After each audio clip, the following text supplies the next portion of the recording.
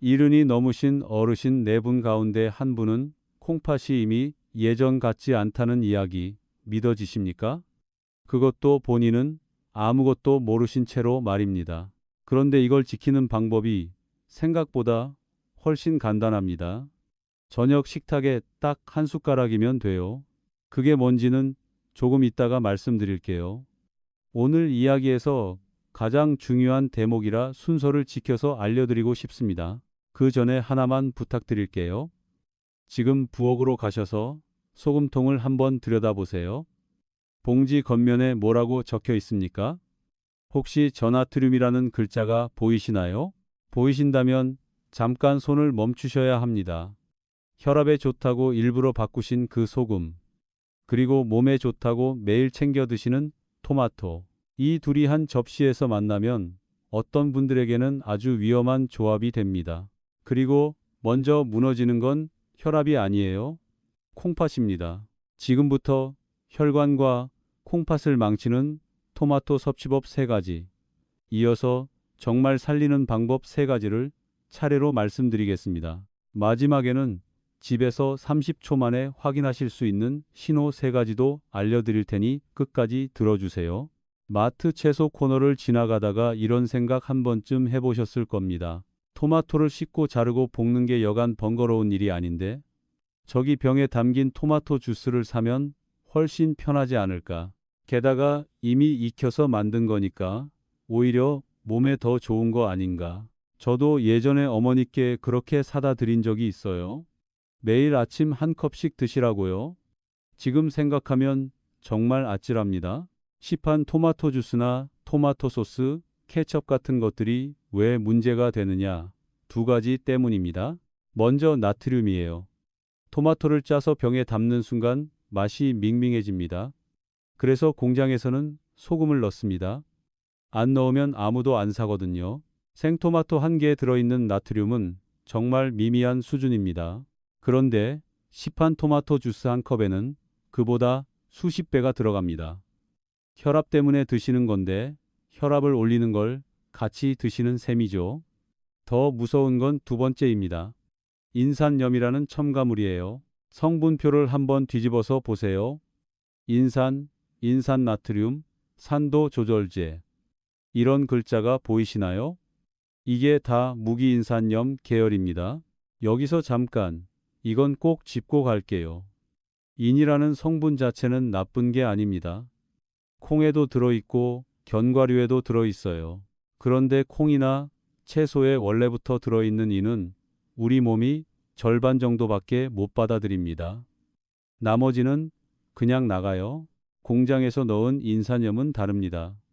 이건 거의 그대로 다 흡수됩니다. 문 앞에서 걸러지는 게 없어요.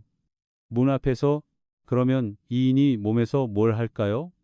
콩팥이 튼튼하면 남는 인을 소변으로 내보냅니다. 그런데 콩팥이 지쳐 있으면 그걸 못해요. 피 속에 인이 차곡차곡 쌓입니다. 이 인이 칼슘하고 손을 잡으면 어떻게 되는지 아십니까? 혈관 벽에 딱딱하게 달라붙습니다. 쉽게 말씀드릴게요. 혈관 안쪽에 시멘트를 아주 얇게 바르는 겁니다. 하루에 한 겹, 또 하루에 한 겹. 처음에는 아무 느낌이 없어요. 그러다 어느 날 혈관이 고무호스가 아니라 쇠파이프처럼 굳어 있는 겁니다. 굳은 혈관은 늘어나지를 못하죠. 심장이 피를 밀어낼 때 혈관이 같이 부풀어줘야 하는데 그걸 못하니까 압력이 그대로 걸립니다. 그게 바로 어르신들 위쪽 혈압만 자꾸 올라가는 이유 중 하나예요. 그러면 어떻게 해야 할까요? 아주 쉽습니다. 병이나 캔에 담긴 토마토 제품을 집으실 때 뒷면을 딱 5초만 보세요. 성분표에 인산이라는 글자가 하나라도 있으면 도로 내려놓으시면 됩니다.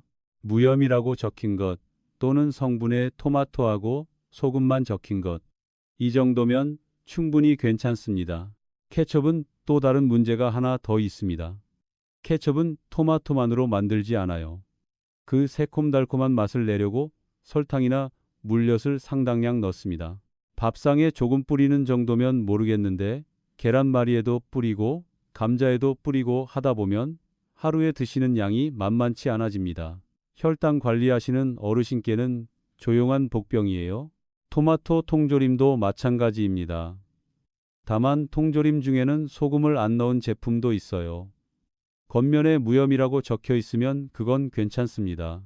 오히려 이미 익혀져 있어서 편하게 쓰실 수 있고요. 결국 문제는 토마토가 아니라 토마토 옆에 같이 들어간 것들입니다. 제일 좋은 건 물론 생토마토를 사다가 직접 볶으시는 거예요. 5분이면 됩니다. 이따가 방법도 자세히 알려드릴게요. 그리고 절대 하지 말아야 할 것 하나. 시판 토마토 주스를 물 대신 하루 종일 드시면 안 됩니다. 갈증 난다고 냉장고에서 꺼내 벌컥벌컥 드시는 분들 계시거든요. 목 축이는 건 맹물로 하시고 토마토는 음식으로 드셔야 합니다. 이번에는 두 번째 이야기인데요. 이야기 하나 먼저 들려드릴게요. 전라남도 순천에 사시는 이말순 어르신, 올해 71살이십니다. 시장에서 나물 장사를 오래 하시다가 무릎이 안 좋아져서 이제는 쉬고 계세요. 6해 전에 병원에서 혈압이 높다는 말을 들으셨습니다. 의사 선생님이 짜게 드시지 말라고 하셨어요. 어르신은 그 말을 아주 성실하게 지키셨습니다. 마트에 가서 소금 코너를 한참 들여다보시다가 저나트륨이라고 적힌 봉지를 하나 집으셨어요. 나트륨이 30% 줄었다고 크게 써 있었거든요. 그날부터 매일 아침 토마토를 2개씩 썰어서 그 소금을 톡톡 뿌려 드셨습니다. 설탕보다 낫다고 어디서 들으셨대요. 3년을 하루도 안 빠지고 그렇게 드셨습니다. 스스로도 참 대견해 하셨어요. 나는 관리를 잘하고 있다고요? 그런데 재작년 가을부터 손끝이 이상했습니다. 저릿저릿하고 남의 살 같은 느낌이요. 어르신은 50견인가 보다 하셨습니다. 나물 장사를 오래 해서 어깨가 상한 거라고요? 동네 한의원에 다니면서 침을 몇 달이나 맞으셨습니다. 침을 맞아도 낫질 않았어요. 나중에는 다리에 힘이 안 들어가기 시작했습니다. 그러다 어느 날 아침 마당 계단을 내려오시다가 다리가 풀려서 그 자리에 주저앉으셨습니다. 그때 옆에 있던 며느리가 이런 말을 했대요. 어머니, 요즘 젓가락 자꾸 떨어뜨리시잖아요. 그 한마디에 어르신도 아차 싶으셨답니다. 그러고 보니 반찬 집다가 놓친 적이 한두 번이 아니었거든요. 바로 큰 병원에 가서 피 검사를 하셨습니다. 결과를 본 의사 선생님이 제일 먼저 물어본 게 뭐였는지 아십니까? 집에서 무슨 소금 쓰시냐는 거였습니다. 피 속 칼륨 수치가 높았습니다. 그리고 검사를 더 해보니 콩팥 기능이 이미 꽤 떨어져 있는 상태였어요. 어르신은 그때까지 콩팥이 나쁘다는 말을 단 한 번도 들어본 적이 없으셨습니다. 여기서 저나트륨 소금이 뭔지 정확히 알고 넘어가셔야 합니다. 저나트륨 소금은 나트륨을 마법처럼 없앤 소금이 아니에요. 소금에서 나트륨을 좀 덜어내고 그 빈자리를 다른 걸로 채운 겁니다. 그 채우는 물질이 바로 염화칼륨입니다. 짠맛이 비슷하게 나거든요. 그러니까 저나트륨 소금을 뿌리는 건 나트륨을 줄이는 동시에 칼륨을 왕창 넣는 일입니다. 봉지 앞면에는 나트륨 줄었다는 말만 크게 적혀 있고 칼륨을 넣었다는 말은 뒷면에 작게 적혀 있어요. 그런데 토마토는 원래부터 칼륨이 꽤 많은 채소입니다. 짐작하셨죠? 칼륨 많은 채소 위에 칼륨 소금을 뿌린 겁니다. 3년 동안이요. 칼륨이 나쁘다는 뜻이 아닙니다. 오해하지 마세요. 콩팥이 튼튼한 분에게 칼륨은 정말 고마운 성분이에요. 몸에 쌓인 나트륨을 소변으로 밀어내 주거든요. 문제는 그 소변이 나가는 길입니다. 싱크대를 한번 떠올려 보세요. 설거지할 때 물을 아무리 많이 틀어도 배수구만 뚫려 있으면 아무 일 없죠. 그런데 배수구가 머리카락으로 막혀 있으면요. 물을 틀수록 개수대에 물이 차오릅니다. 나중에는 넘칩니다. 콩팥이 바로 그 배수구예요. 칼륨은 물이고요. 배수구가 막혀 있는데 물을 더 트는 게 저나트륨 소금입니다. 아무리 좋은 성분도 나가는 길이 막히면 독이 됩니다. 오늘 이 말씀만은 꼭 기억해 주세요. 피 속에 칼륨이 쌓이면 몸이 신호를 보냅니다. 처음엔 손끝 발끝이 저릿저릿해요. 그 다음엔 기운이 없고 팔다리에 힘이 안 들어갑니다. 어르신들은 대부분 나이 탓으로 넘기세요. 여기서 더 심해지면 가슴이 두근거리고 심장 박동이 불규칙해집니다. 그러면 짠맛은 어떻게 내야 할까요? 이건 정말 쉬워요. 식초입니다. 토마토에 식초 몇 방울만 떨어뜨려 보세요. 신맛이 혀를 자극하면 소금이 적어도 싱겁다는 느낌이 확 줄어듭니다. 레몬즙도 좋고요. 마늘을 곱게 다져 넣거나 후추를 갈아 뿌리셔도 됩니다. 참깨를 볶아서 손으로 비벼 뿌리면 고소한 맛이 짠맛의 빈자리를 메워줍니다. 이제 절대 하지 말아야 할 것을 말씀드릴게요. 이건 정말 중요합니다. 만성 콩팥병 진단을 받으신 분, 그리고 혈압약 중에서 안지오텐신 전환효소 억제제나 안지오텐신 수용체 차단제를 드시는 분, 또 스피로놀락톤 같은 이뇨제를 쓰고 계신 분도 마찬가지예요. 이런 분들은 저나트륨 소금을 절대 쓰시면 안 됩니다. 이 약들은 몸에서 칼륨이 빠져나가는 걸 붙잡아두는 성질이 있어요. 거기에 칼륨 소금까지 더하면 위험해집니다. 무슨 약을 드시는지 잘 모르시겠으면 약봉지를 들고 약국에 가셔서 여쭤보세요. 약사님이 30초면 알려주십니다. 이말순 어르신은 지금 어떠시냐고요? 저나트륨 소금을 끊으시고 의사 선생님이 약을 조금 조정해 주셨습니다. 지금은 석 달에 한 번씩 피 검사를 받으시면서 잘 지내고 계세요. 토마토도 여전히 드십니다. 다만 소금 대신 식초를 쓰시죠. 늦지 않게 병원에 가신 게 정말 다행이었습니다. 세 번째로 말씀드릴 건 조금 뜻밖이실 겁니다. 요즘 이런 말 많이 들으셨죠? 토마토는 절대 생으로 먹지 마라. 반드시 익혀 먹어라. 이 말을 곧이곧대로 믿고 생토마토를 아예 끊어버리신 분들이 계세요. 아침에 씻어서 그냥 베어 물던 습관을 딱 끊고 무조건 프라이팬에 오래 볶아서만 드시는 겁니다. 이왕 익히는 거 푹 익히는 게 낫겠다 싶어서 30분씩 졸이시는 분도 봤습니다. 그런데 여기에 아무도 말해주지 않는 뒷이야기가 있습니다. 익히면 좋아지는 성분이 있는 건 맞아요. 토마토가 빨간 이유인 라이코펜, 이건 열을 만나면 우리 몸이 훨씬 잘 받아들이는 형태로 바뀝니다. 이건 사실입니다. 그런데 열 앞에서 반대로 사라지는 성분도 있습니다. 비타민C가 그래요. 미국의 한 대학 연구팀이 토마토를 시간별로 데워가며 성분을 재봤습니다. 사람들이 흔히 인용하는 건 라이코펜이 늘어났다는 부분만이에요. 그런데 같은 실험에서 비타민C는 어떻게 됐을까요? 2분 데웠을 때 조금 줄고 15분에서 더 줄고 30분을 데우자 3분의 1 가까이가 날아갔습니다. 이걸 왜 아무도 말 안 할까요? 얻은 쪽만 이야기하는 게 훨씬 극적이거든요. 이해하기 쉽게 말씀드릴게요. 한 손으로는 받으면서 다른 손으로는 흘리고 있는 겁니다. 불을 켜는 순간 문 하나가 열리고 동시에 문 하나가 닫혀요.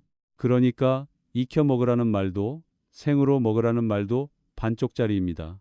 비타민C가 어르신들께 왜 중요한지도 짚고 갈게요. 이 성분은 혈관벽을 지탱하는 콜라겐을 만드는데 꼭 필요합니다. 벽돌 사이에 시멘트 같은 역할이에요. 이게 부족하면 잇몸에서 피가 잘 나고 작은 충격에도 멍이 잘 듭니다. 어르신들 팔뚝에 이유 없이 시퍼런 멍 자주 생기시죠? 그거하고도 무관하지 않습니다. 그러면 어떻게 하는 게 맞을까요? 답은 아주 시시합니다. 반반이에요. 자스리 스피, 쌍국, 아침에는 방울토마토 몇 알을 씻어서 그냥 드세요. 비타민C를 그대로 가져가는 겁니다. 저녁 밥상에는 볶은 토마토를 올리세요. 라이코펜을 가져가는 겁니다. 하루 안에 두 가지를 다 챙기시면 됩니다. 익히실 때는 시간을 지켜주세요. 중간불에서 5분입니다. 토마토가 물렁해지면서 빨간즙이 나오기 시작하면 그때 불을 끄세요. 그 이상 졸이시면 얻는 것보다 잃는 게 많아집니다. 그리고 절대 하지 말아야 할 것 하나 더 있습니다. 토마토를 오래 졸이거나 말리면 부피가 확 줄어들죠? 그러면 맛만 진해지는 게 아닙니다. 칼륨도 같이 진해집니다. 국물 한 컵에 토마토 10개가 녹아있는 셈이니까요. 콩팥이 걱정되시는 분은 졸인 토마토, 말린 토마토, 토마토 페이스트 이런 건 조심하셔야 합니다. 여기까지 들으시면서 이런 생각하신 분 분명히 계실 겁니다. 나는 콩팥 나쁘다는 말 들은 적 없는데 얼마 전에 건강검진도 받았고 다 정상이라던데 저 이야기는 나하고는 상관없는 거 아닌가. 그 마음 충분히 이해합니다. 그런데 여기가 오늘 이야기에서 제일 무서운 대목이에요. 콩팥은 아프지 않습니다. 위가 나쁘면 쓰리고 무릎이 나쁘면 시큰거리는데 콩팥은 절반이 망가질 때까지 아무 말이 없습니다. 묵묵히 일만 해요. 그러다 어느 날 갑자기 손을 놓습니다. 왜 이렇게 조용할까요? 콩팥은 원래 여유분을 아주 넉넉하게 갖고 태어납니다. 2개나 있고 그 안에 걸러내는 장치가 수없이 많이 들어있어요. 그래서 일부가 망가져도 남은 것들이 야근을 하면서 그만큼을 대신 채웁니다. 겉으로는 아무 일 없는 것처럼 보이죠. 문제는 그 야근이 공짜가 아니라는 겁니다. 남은 것들이 무리하다가 같이 지쳐버려요. 그래서 콩팥병은 천천히 오다가 어느 순간부터 빠르게 나빠집니다. 그 어느 순간이 오기 전에 아는 게 중요한 거예요. 게다가 어르신들께는 함정이 하나 더 있습니다.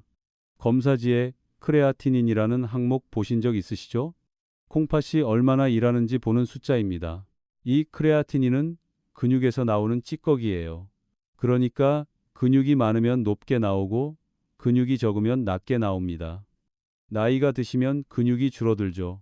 그러면 콩팥이 지쳐 있어도 이 숫자가 얌전하게 나올 수 있습니다. 이상하죠? 몸은 힘든데 종이는 괜찮다고 하는 겁니다. 그래서 어르신들은 크레아티닌 숫자 하나만 보시면 안 됩니다. 사구체 여과율, 그리고 소변에서 단백질이 새는지 보는 검사. 이 2가지를 같이 보셔야 진짜가 보입니다. 이 이야기는 마지막에 다시 자세히 말씀드릴게요. 집에서 30초 만에 확인하실 수 있는 신호가 3가지 있습니다. 병원 안 가셔도 되고 돈도 안 듭니다. 오늘 밤 잠들기 전에 바로 해보실 수 있어요. 영상 끝나기 전에 꼭 알려드릴 테니 조금만 기다려 주세요. 자, 이제 망치는 이야기는 여기까지 하겠습니다. 지금부터는 살리는 방법입니다. 아까 시작할 때 딱 한 숟가락이면 된다고 말씀드렸죠. 이제 그 정체를 알려드릴게요. 올리브유입니다. 한 숟가락이요. 왜 하필 기름이냐? 여기에 토마토의 가장 중요한 비밀이 들어 있습니다. 라이코펜은 토마토 세포 안에 갇혀 있습니다. 세포벽이라는 껍데기 안에 단단히 들어앉아 있어요.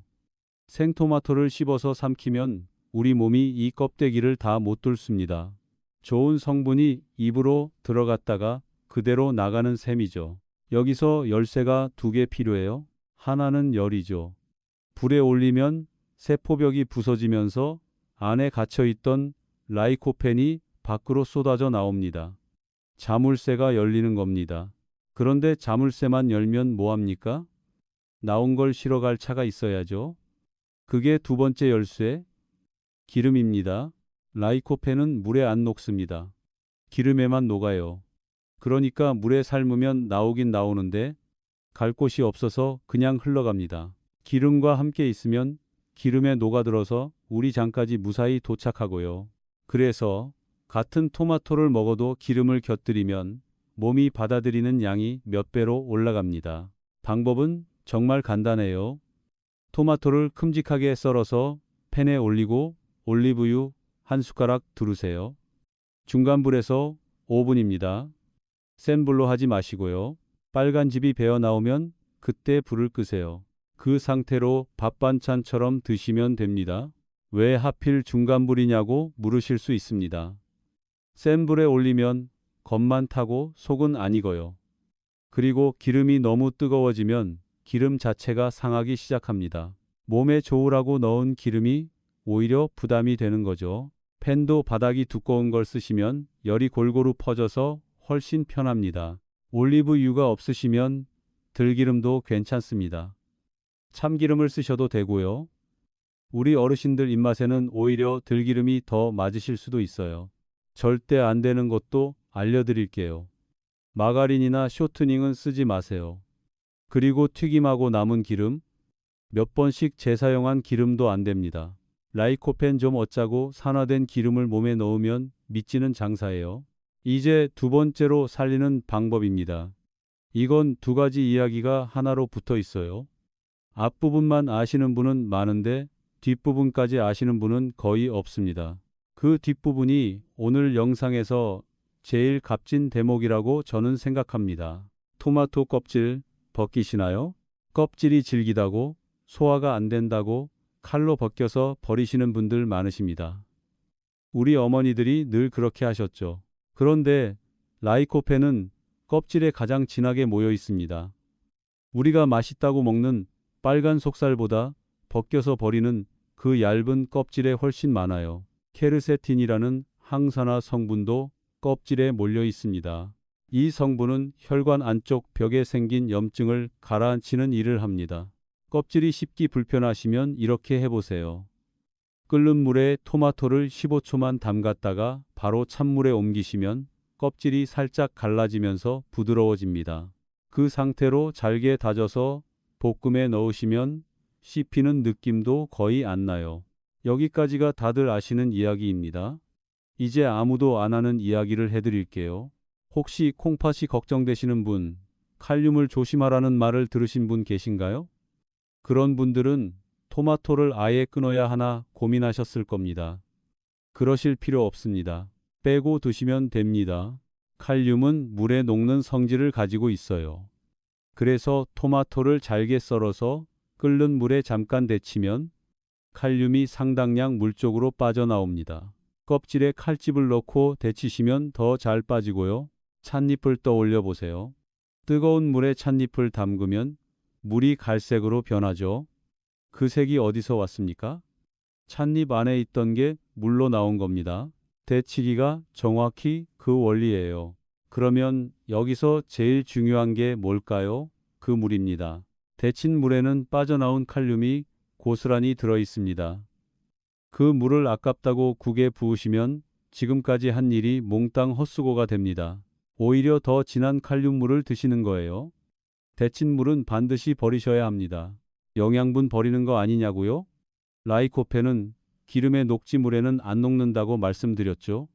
그러니까 데친 물에 라이코펜은 거의 안 넘어갑니다. 버려도 되는 물이에요. 혹시 여기까지 들으시면서 아, 이건 몰랐다 싶으신 게 하나라도 있으셨다면 좋아요 한 번만 눌러주세요. 구독까지 해주시면 이런 이야기를 더 자주 전해드릴 수 있습니다. 잠깐이면 됩니다. 그리고 마지막으로 절대 하지 말아야 할 것. 데친 물을 육수로 쓰지 마세요.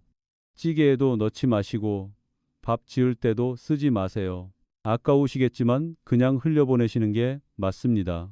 세 번째로 살리는 방법을 말씀드리기 전에 이야기 하나 더 들려드릴게요.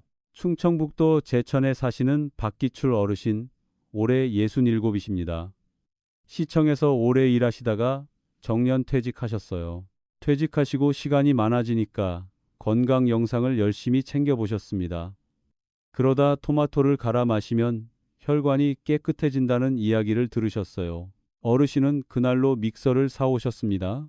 매일 저녁 토마토를 대여섯 개씩 갈아서 큰 대접으로 한 그릇 드셨습니다. 그것도 자기 직전에요. 하루 마무리로 딱 좋다고 생각하셨답니다. 두 달쯤 지났을 때부터 새벽에 이상한 증상이 나타났습니다. 가슴 한가운데가 타는 것처럼 뜨거웠습니다. 목구멍까지 뭔가 치밀어 올라오고요. 어르신은 심장이 잘못됐다고 확신하셨습니다. 나이도 나이니까 심근경색이 오는 건가 싶으셨대요. 큰 병원 심장내과에 가서 검사란 검사는 다 받으셨습니다. 심전도도 찍고 초음파도 하고요. 그런데 심장은 아주 깨끗하다는 겁니다. 어르신은 오히려 더 답답하셨어요. 이렇게 아픈데 아무 이상이 없다니요? 그때 옆에서 사모님이 이런 말씀을 하셨답니다. 당신 그거 갈아 마시기 시작하고부터 그러잖아요. 어르신은 무슨 소리냐고 하셨대요. 몸에 좋은 걸 먹는데 그것 때문이겠냐고요. 그래도 사모님이 하도 그러시니까 소화기 내과에 가서 위내시경을 받으셨습니다. 역류성 식도염이었습니다. 이유를 들으시고는 어르신도 할 말이 없으셨대요. 토마토는 산이 제법 있는 채소입니다. 그걸 갈아버리면 어떻게 될까요? 씹을 때는 두세 개도 벅찬데 갈면 대여섯 개가 순식간에 들어갑니다. 양이 확 늘어나는 거예요. 그 상태로 바로 누우시면 위에 있던 내용물이 식도로 넘어옵니다. 식도는 위와 달리 산을 견디는 벽이 없거든요. 지금 어르신은 어떻게 드시냐고요? 갈지 않고 썰어서 올리브유에 볶아 드십니다.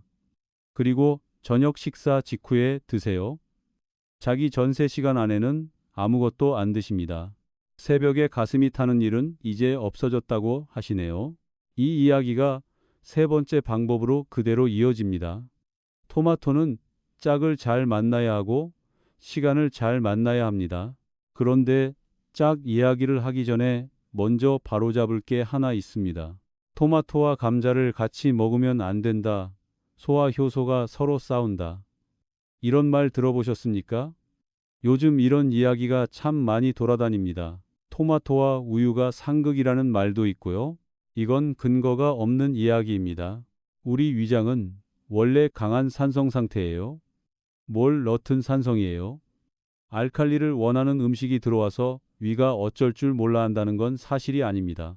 감자를 소화시키는 효소는 침에서 나와서 장에서 마저 일하고 단백질 효소는 위에서 일합니다. 서로 자리가 달라요.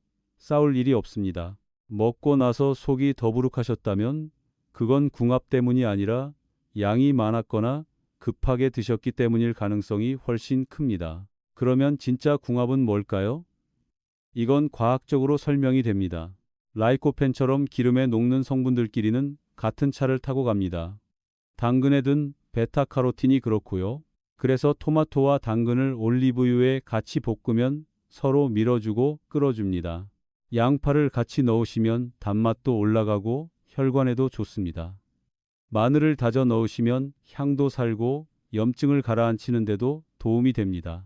토마토, 당근, 양파, 마늘, 올리브유 이 5가지를 팬에 넣고 5분만 볶으시면 오늘 저녁 최고의 혈관 반찬이 됩니다. 어렵지 않죠? 그리고 시간입니다. 이건 박기출 어르신 이야기 그대로예요. 역류성 식도염이 있으시거나 새벽에 속이 쓰린 분은 잠들기 전 3시간 안에 토마토를 드시면 안 됩니다. 저녁 식사와 함께 또는 식사 바로 뒤에 드시는 게 가장 안전하죠. 절대 하지 말아야 할 것은 하나입니다. 토마토를 갈아서 자기 직전에 드시는 것. 이건 오늘부터 그만두시는 게 좋습니다. 여기까지 오시느라 고생하셨습니다. 이제 어르신들이 저한테 자주 물어보시는 질문 3가지를 짚어드릴게요. 먼저 이 질문입니다. 껍질을 먹으라는데 나는 껍질만 먹으면 속이 부글거린다. 어떻게 하냐? 이런 분들 꽤 계십니다. 특히 장에 작은 주머니가 생기는 계실이 있으신 분, 위장이 예민하신 분들이요.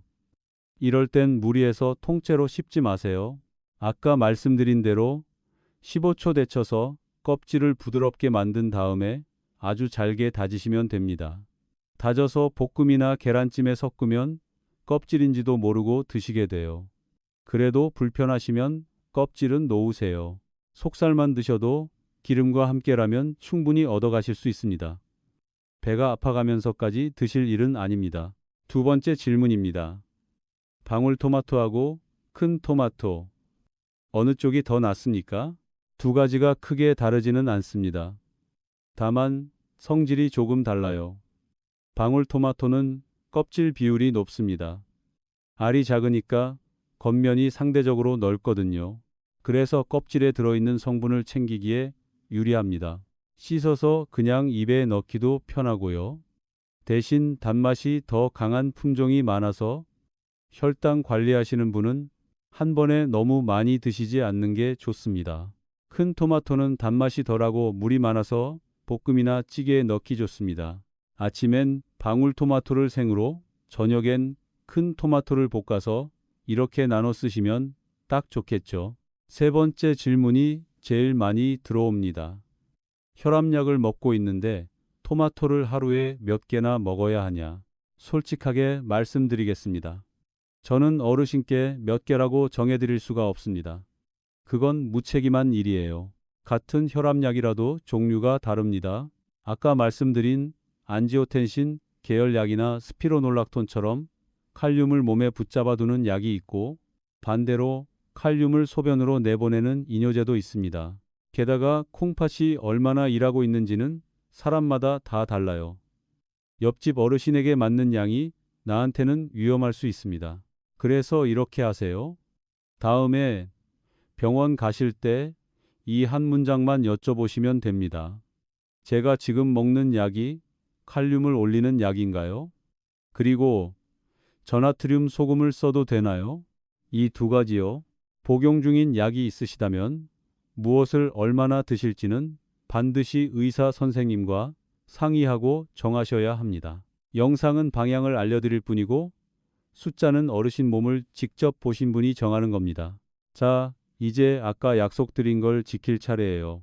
집에서 30초 만에 확인하는 신호 3가지입니다. 지금 앉은 자리에서 바로 해보실 수 있어요. 먼저 정강이를 눌러보세요. 무릎 아래 뼈 옆에 살 부분을 엄지로 5초 정도 꾹 눌렀다가 떼시는 겁니다. 눌린 자국이 움푹 들어간 채로 한참 안 돌아오면 몸에 물이 고여 있다는 뜻일 수 있습니다. 양말 자국이 저녁마다 깊게 남는 것도 같은 신호예요. 두 번째는 밤입니다. 잠든 뒤에 소변 때문에 몇 번이나 일어나십니까? 2번 이상 계속 그러신다면 그냥 나이 탓으로 넘기지 마세요. 콩팥이 밤에 소변을 농축하는 힘이 떨어졌을 때 나타나는 신호이기도 합니다. 마지막은 소변 자체입니다. 변기에 소변을 보신 뒤에 10초만 더 들여다보세요. 맥주 거품처럼 잔거품이 촘촘하게 생겨서 물을 내릴 때까지 안 꺼진다면 단백질이 새고 있다는 뜻일 수 있습니다. 물살 때문에 잠깐 생겼다 사라지는 거품은 괜찮습니다. 오래 남는 거품이 문제예요. 3가지 중에 2가지 이상 해당되신다면 병원에 가보시는 게 좋겠습니다. 가셔서 뭘 해달라고 해야 하는지도 알려드릴게요. 피검사와 소변검사 2가지입니다. 피검사에서는 크레아티닌만 보지 마시고 사구체 여과율을 같이 봐달라고 하세요. 그리고 피 속 칼륨 수치도 함께 봐달라고 하시면 오늘 이야기한 게 전부 확인이 됩니다. 소변 검사에서는 알부민이 새는지를 보시면 되고요. 아까 말씀드렸죠. 나이가 드시면 근육이 줄어서 크레아티닌이 얌전하게 나올 수 있다고요. 그러니 그 종이 한 장에 안심하지 마시고 여과율을 꼭 확인하세요. 이 말씀 하나 드리려고 오늘 이 영상을 만들었다고 해도 과언이 아닙니다. 그런데 여기서 꼭 뒤집어서 말씀드릴 게 있습니다. 오늘 제가 칼륨 이야기를 길게 했다고 해서 토마토가 위험한 음식이라고 생각하시면 절대 안 됩니다. 정반대예요. 콩팥이 건강한 분에게 토마토의 칼륨은 아주 고마운 성분입니다. 짜게 드신 날 몸에 쌓인 나트륨을 소변으로 밀어내 주거든요. 혈관 벽의 염증을 가라앉히고 굳어가는 혈관을 부드럽게 지켜주는 것도 토마토가 잘하는 일입니다. 배수구만 뚫려 있으면 물은 많이 틀수록 깨끗해집니다. 문제는 한 번도 토마토였던 적이 없어요. 문제는 그 배수구가 지금 어떤 상태인지 우리가 모르고 있다는 것. 그리고 거기에 저나트륨 소금처럼 칼륨을 한 삽 더 퍼붓고 있다는 겁니다. 한 가지만 더 부탁드릴게요. 오늘 이 이야기를 어르신 혼자만 알고 계시지 마세요. 형제분들, 오래된 친구분들, 경로당에서 매일 뵙는 분들, 그 중에 저나트륨 소금을 쓰고 계신 분이 분명히 계실 겁니다. 그분들도 대부분 좋은 마음으로 바꾸신 거예요.